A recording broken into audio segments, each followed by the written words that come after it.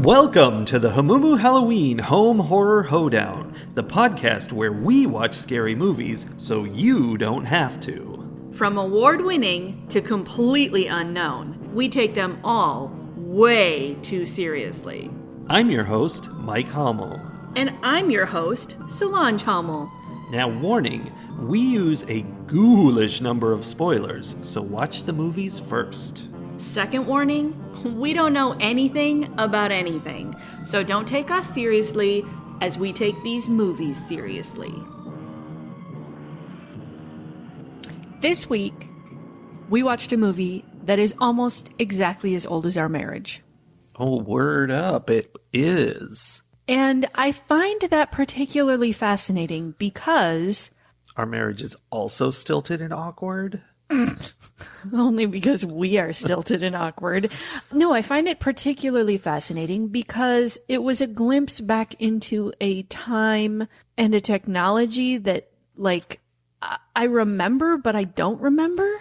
Yeah, a technology that probably never existed. Probably not. But there were also parts of it where I was like, oh yeah, that's, okay. Yeah. So a significant portion of the time that I spent watching the Collingswood Story from 2002 was spent realizing that age-old adage of the more things change, the more they stay the same.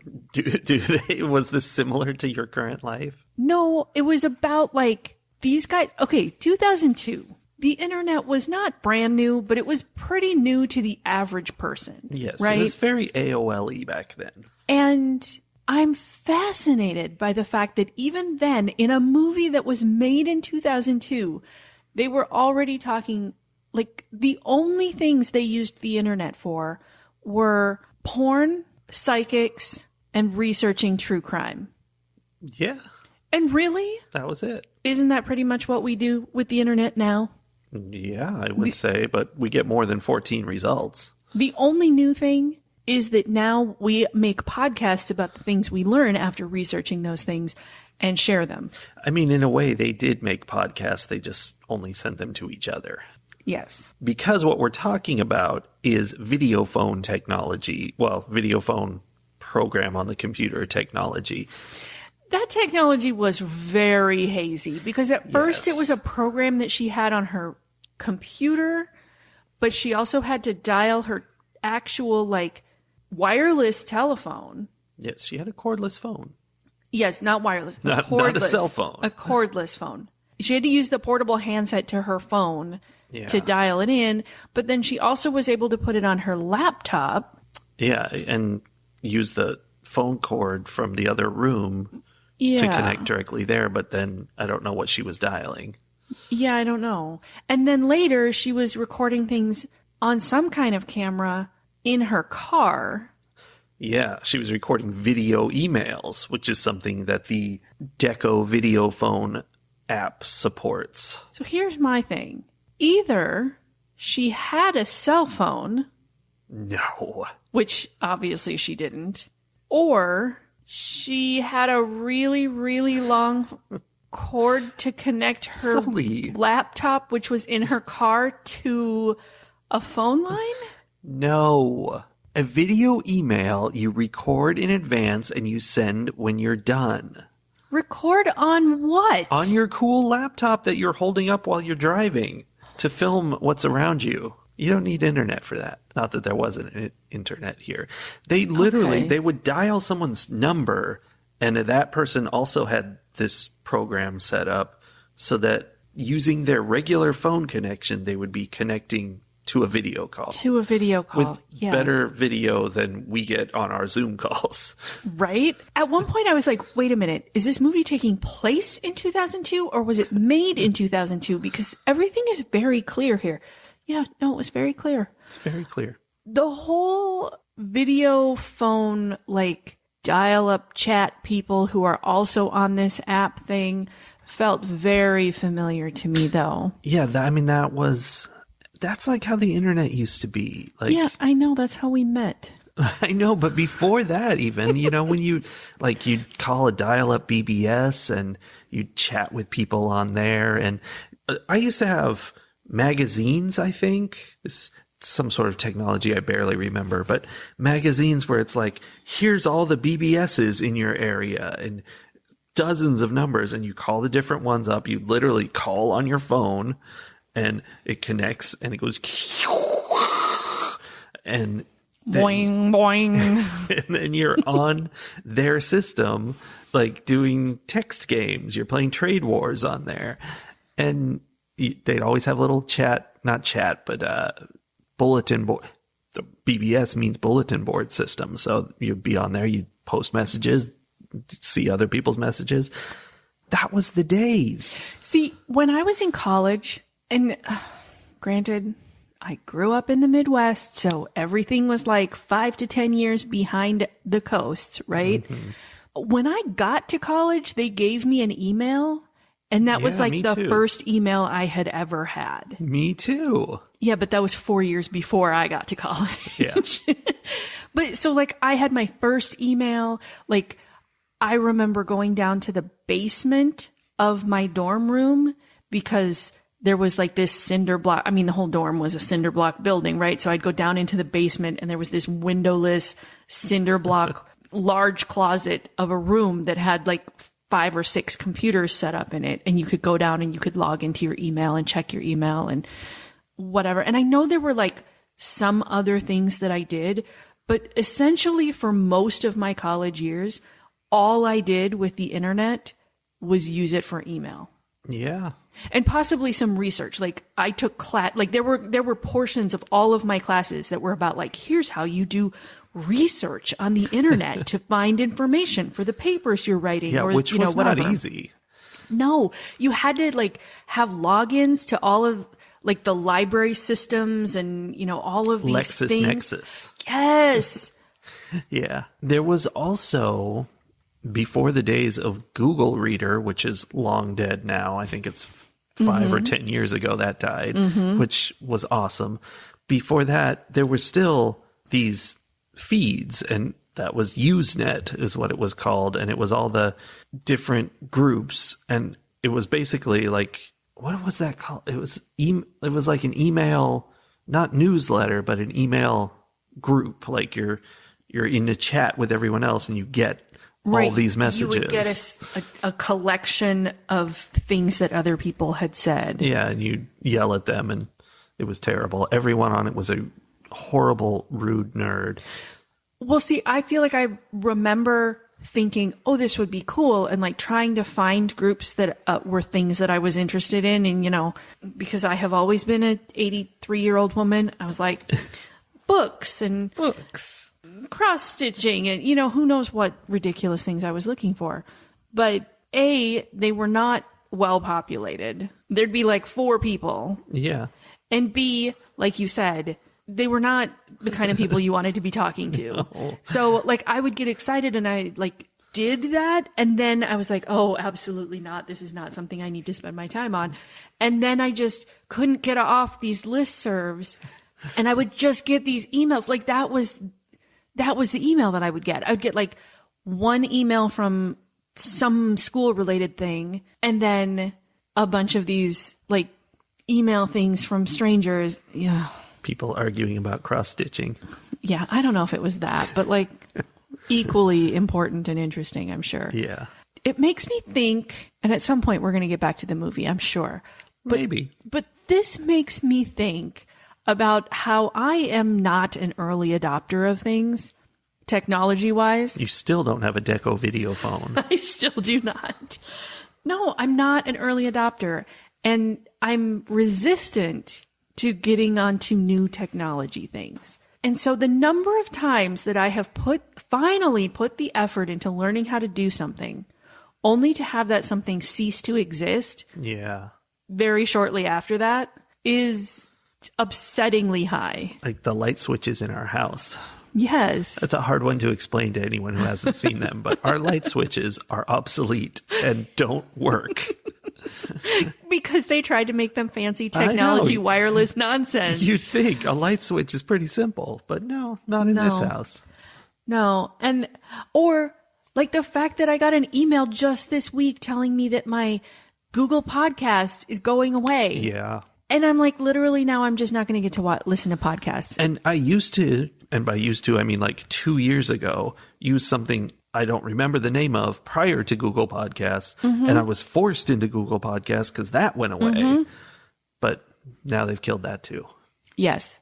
And the thing is, they've been trying to make us do things like YouTube music and whatever for ages. Like I have stopped, my musical growth has completely stagnated because I am unwilling to jump through the number of hoops that are required to get any new music. Oh, you can't get music exactly anymore. And I absolutely would rather stop listening to new music entirely than get into this world where you have to just stream everything and you don't own anything and you're just constantly paying all the time for the privilege of maybe at some point listening to music. Yes, to have the option of music. The option of whatever music they feel like offering you at that moment, because who knows, they may or may not have the music you wanted when you signed up for the service. It's mind-boggling. Everything about the modern world is broken. I feel we so are old. Anyway, the way that John and Rebecca, who are these like long distance in a relationship, maybe not in a relationship, maybe. I don't know, it might depend on which one of them you ask, kind of situation, it really reminded me of how we met in ICQ, where there was a lot of similarities. Like if you were on and you happened to like reach out or try to connect with someone else who was on, then you could talk to them. Yeah. And that's what we did. And now here we are 24 years later. Yeah. You pushed the random button, which literally connects you with a random person. Yes. Literally connected me with a random person. They don't have that anymore. Well, that's the whole internet. Yeah. And now, like, there was a point, I don't know, 10 years ago where I would say, like, oh, I met my husband online. And people would be like, what? And now I say, oh, I met my husband online. And I have to add 24 years ago, before it was cool or safe to do that. Yeah. It was not safe because I might have been in a murderous cult. It's true. Which Rebecca was, right? That's a big spoiler for the last 3 seconds of this movie. Okay, but here's the thing. This was a movie that had nothing happening in it until the last 3 minutes. Seconds. You are correct. This movie is about Rebecca and John having a video call with each other, and he's getting more and more concerned because of a psychic they're talking to also in between, as she looks at a list of random numbers to call on her video phone. The psychic is telling them about this cult that was in her neighborhood.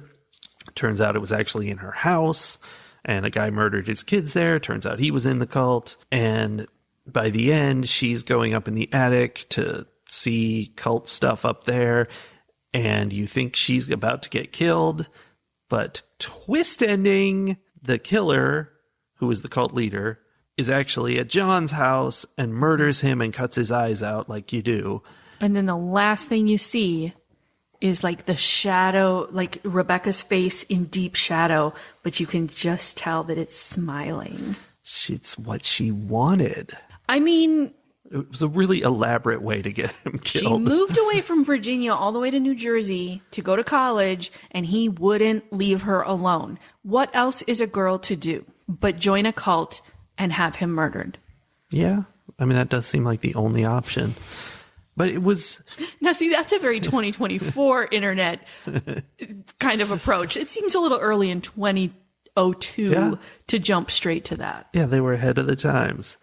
But just the fact that the whole movie, she was stringing him along with like, oh, I don't know, I'm looking at this, and here's another clue, and what's happening, and now I'm going to go look in the attic. Like, she could have just been like, hey, I'm just talking to you on the phone, blah, blah, blah, and the guy shows up and kills him. Like, she didn't have to do any of that. That's true. That is true. She really had some I want to be in a horror movie vibes. Yeah, well, she was. Mm-hmm. Barely. So the only other character that you haven't met or mentioned so far is John's friend, Billy, who we also see in some of these phone calls or video chats. And Billy is the one who tells John about the psychic. The psychic. Yeah. Which is why John feels like he's pretty safe, because he's the one who tells Rebecca about the psychic, only not because Rebecca and the psychic belong to the same cult. Yeah, but the psychic escaped the cult, apparently. So was Billy in on it? Was it just a weird coincidence that Billy knows that number? That's a real interesting question. It seems like Billy would have been in on it for this to all make some sort of sense, but very little of this makes any sense. Yeah, I feel like it's more likely that it was supposed to be just a weird coincidence. That's good. Because otherwise Billy was just there as like comic relief. He was like the stoner loser buddy of John, who got his script at the very last minute. True story. He was having some line reading problems. Well, I think also that might be one of the issues that you were reading about on IMDb, where none of these conversations were recorded in real time. Oh, yes. So, like, they were only ever recording half a conversation at a time. And he did not have his timing right. Whoever was reading the other side of the lines with him was not doing it correctly because he was off. What a crazy way to make this movie. Just film them at the same time. I guess they only had one camera. I mean, at the very least, like, have the one actor sitting off camera so that at least it's like the same person doing the reading and there would be some kind of continuity there. I mean, maybe they did. It just didn't do a good job. Who knows?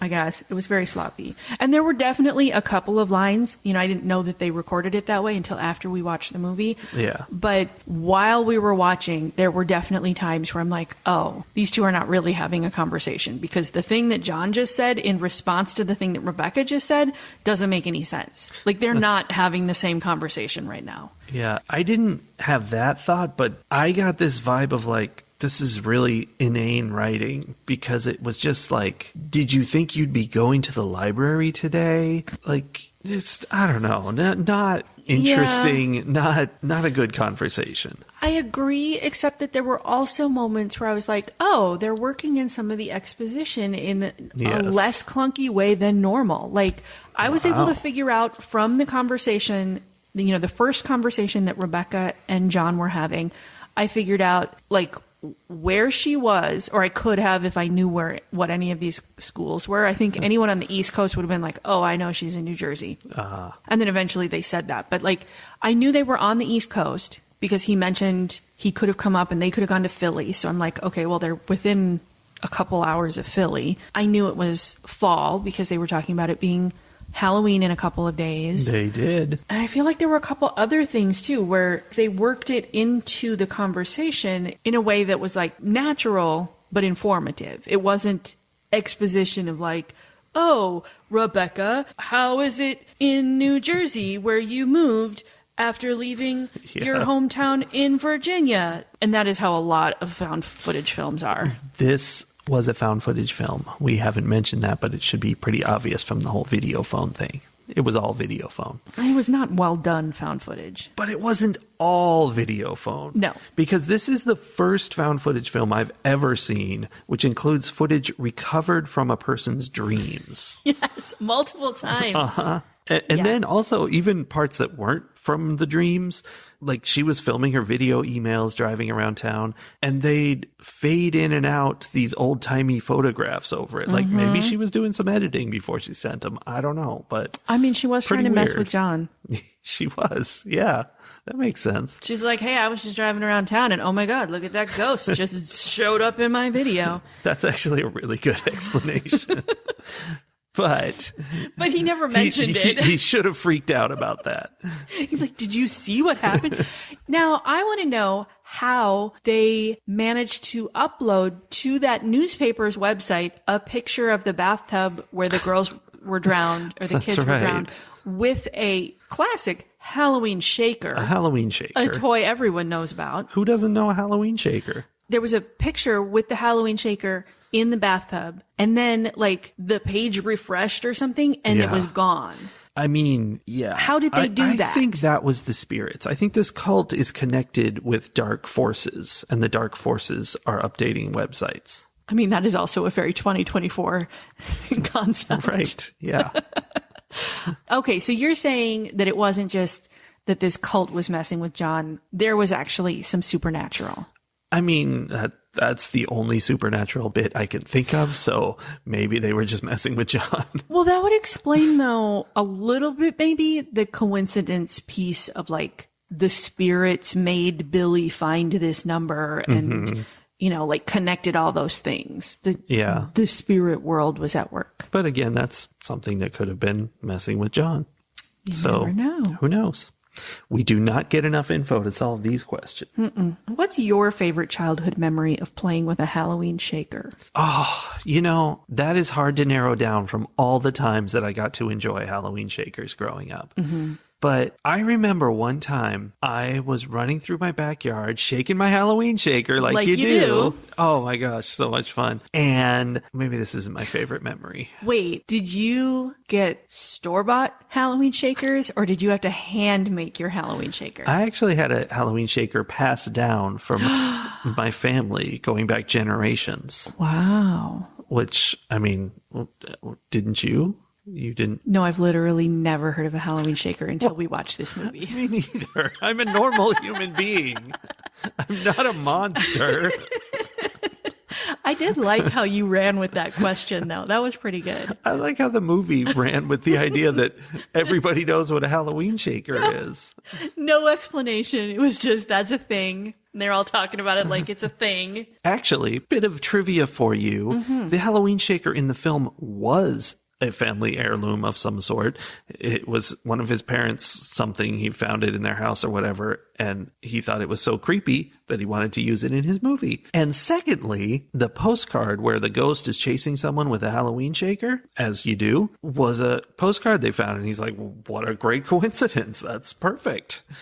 So maybe it is a thing. Oh, it's such a thing. But it's like a thing. I mean, he was from Virginia, so maybe it's a Virginia thing. The postcard was from France. Maybe it's a French thing. It kind of seemed Frenchy. I'm going to Google Halloween shaker. I bet you get more than 57 hits. Holy crap. How many hits did you get, first of all? About 15.3 million results. So I mentioned that, dear listener, because in the movie, he does I'm not going to say Google search because obviously it wasn't a Google search, but he does an internet search and it comes up with, for the city that this girl lives in, this New Jersey city that has a college in it. And it's like showing the first 7 of 57 entries, which is hilarious to me.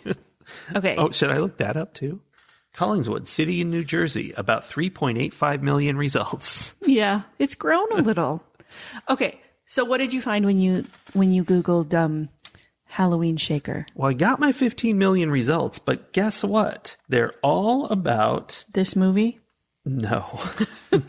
0 results about this movie. They're all about projects involving like glitter and stuff, shaking things onto Halloween projects. Some of them are salt shakers that are Halloween themed. Halloween shaker bottle. Nothing on this first page is the traditional Halloween shaker. Okay, I want you to tailor your search a little bit.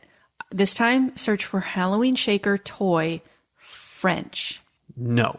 16 million results. I love that there are 16 million results to give us nothing.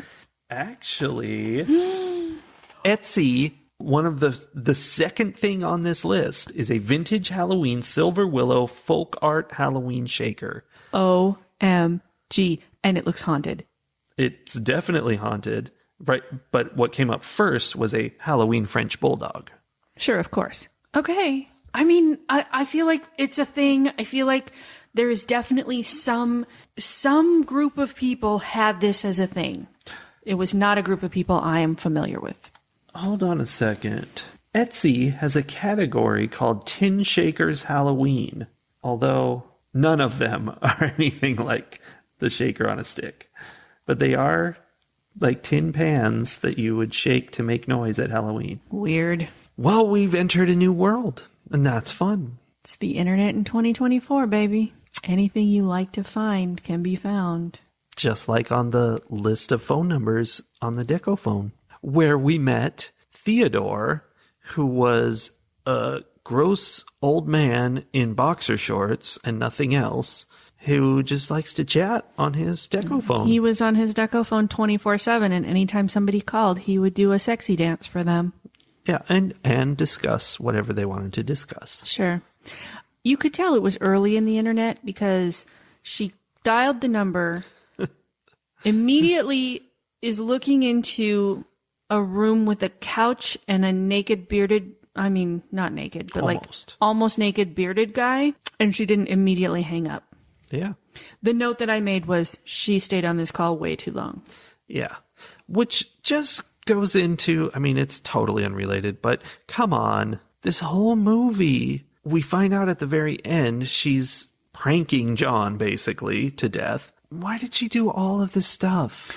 Yeah, I don't understand. Like, she called the psychic back, or the psychic called her, and she talked to her for a while. There was a lot.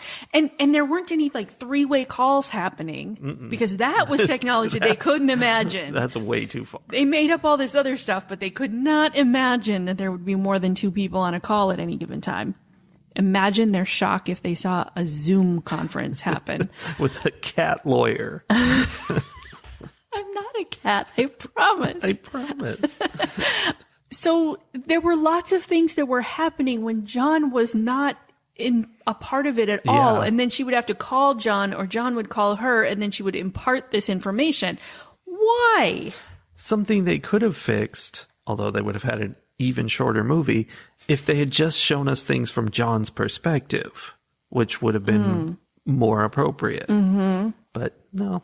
But see, that would have given away to us, the watchers, that things weren't what we thought. I mean, the reason is because we weren't supposed to know, but maybe if we just saw it from John's perspective, she'd come back on and be like, "Oh, she said such weird things. I don't know." And she would have fooled us because we're dumb. I feel like we might have, if there was just one perspective. What? Remember how the psychic told John he was gullible? Yeah. Yeah. He super was. No, I feel like we might have gotten a little more emotionally engaged too if we were just seeing it from the one point of view, because John had a lot of emotions connected to this story. Like, he was sad that his girlfriend left town. I feel like probably had a little bit of, I don't know if resentment's the right word, but like, he's still stuck in their old hometown and he's not going anywhere, and he still works at Eddie's body shop or whatever. And, he's still hanging out with his friend who has a beer stein hat and, whatever. Like, there's a lot going on there that they could have played up, like his anxiety about this woman that he loves. And, oh no, like, I haven't heard from her, and now I'm getting these weird video emails, and like, yeah, she's weird. It could have been interesting, I think. Yeah. Yeah, you knew she was in a cult because she drove so dangerously. She would drive around with her laptop held up so that its camera was filming things out of various different windows. She'd like put it out by her side, by the other side, out the front, and just moving it all around the whole time she was driving. By people walking and biking and stuff. Yeah. Dangerous. Yeah. We don't do that in 2024. Definitely not. No, all of our cars have car cams. We don't need to hold our laptops anymore. Yeah. We have to have car cams so that we can record all the crazy things that happen. Maybe we should get car cams.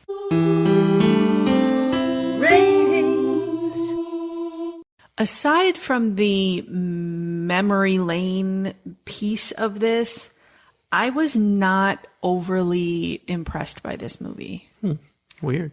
And I was prepared to cut it a lot of slack because I'm like, it's a found footage movie from 2002. Found footage movies are relatively new at that point. Yeah. Like, it's going to be clunky. That's okay. But no, it was just clunky. Yes, it was. And I don't think, there was no excuse for it. I was sort of fascinated by the idea of using the technology of the day to create this horror story, which, we still are doing today. I mean, very similar stories are coming out of like the 2020s, like Host and things like that, especially during COVID, when everyone was stuck at home and everyone was on Zoom. Like, that suddenly created this plethora of Zoom related horror. So it's interesting how far ahead of its time it really was. Genius. While also being very behind its time. I don't know. I don't know. Maybe I'm not remembering what 2002 was like all that well. But just in terms of this story, I feel like it was not coherent. I can kind of see what they were trying to do, but it didn't make sense the way it was put together. And it was fine if you just like kind of half watch it. It sort of makes sense. But if you're paying any attention whatsoever, you're like, wait, why is this happening? And how is she doing that? And why does he know? And what happened? So, I guess there wasn't anything that I found like overtly offensive or problematic. It definitely wasn't scary because nothing was happening. But nothing was happening. So I am going to have to give the Collingswood Story 2 out of 5 feet of phone cord because it just didn't have the reach. It just didn't have the reach. I felt redeemed in the last 3 seconds of this movie when Rebecca was smiling at John's bloody death, because I was like, okay, something happened here. There was some idea that occurred, but that idea that she was messing with him the entire time doesn't hold up, doesn't make any sense. She did a whole bunch of stuff that she didn't have to do and that was only there to trick us. And that's annoying. And that on top of the whole thing being just dead boring from beginning to end with nothing happening means that even though the last 3 seconds redeems it, overall it still comes out to 1 foot of phone cord out of 5. Oh my. It's not a good movie. No, it was not impressive. I think I would have also given it a 1, except that I'm giving them a lot of credit for having come up with this idea and put it together in a way that's still kind of like in terms of the video chat component of it at a time when I think video chatting was still a very new thing. A little bit of credit. But I agree, not a good movie. Although it felt like it was fairly short. Oh, it felt really long to me. Fight the horror of a world gone mad. This week's hot political tip, we're going to focus on technology. And I'm going to say this is a 3-part tip. You mean like the tin shaker? Yes. No, I'm going to say this is a 3-part tip. The first part being that you should contact your federal elected officials and tell them to support net neutrality. Yes, you should. I'm an internet guy, I know. Tell us why we should support net neutrality.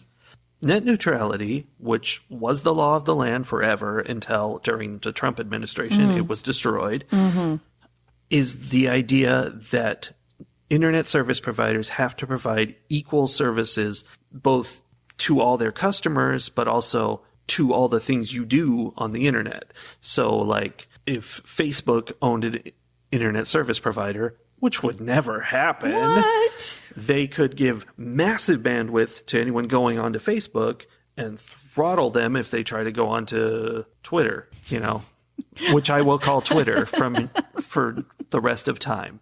And the other thing they can do is they could charge more. They could have a special, a package where you're going to have access to these things on the internet at full speed, but everything else barely works or maybe doesn't work. They can block things and all of that. And they can't do that now. They just have to give you a pipe to the internet as such as it is.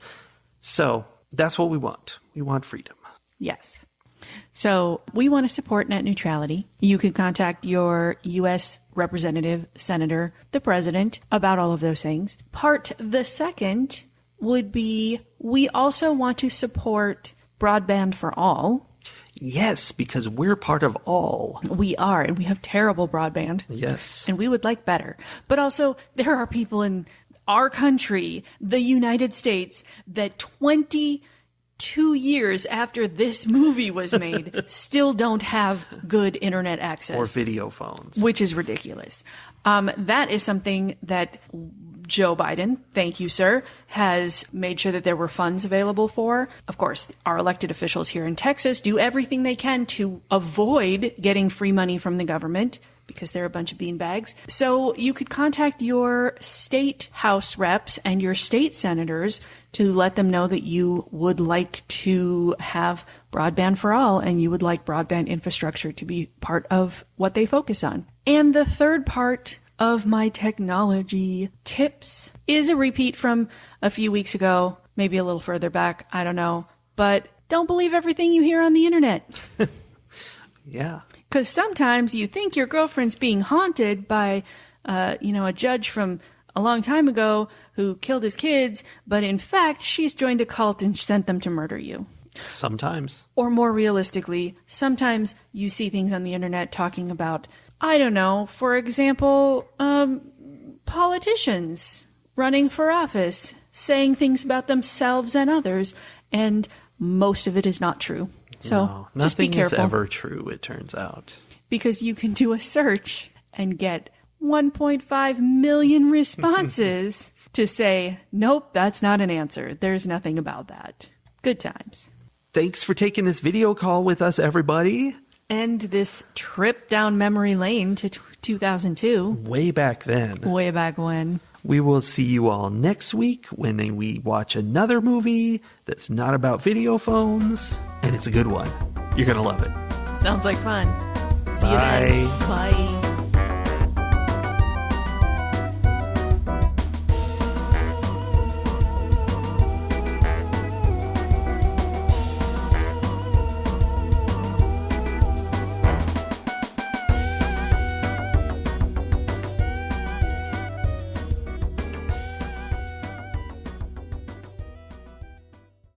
We will all see you next week. We will see you all next week. We Did will you just say that twice? Well, I said it wrong the first time.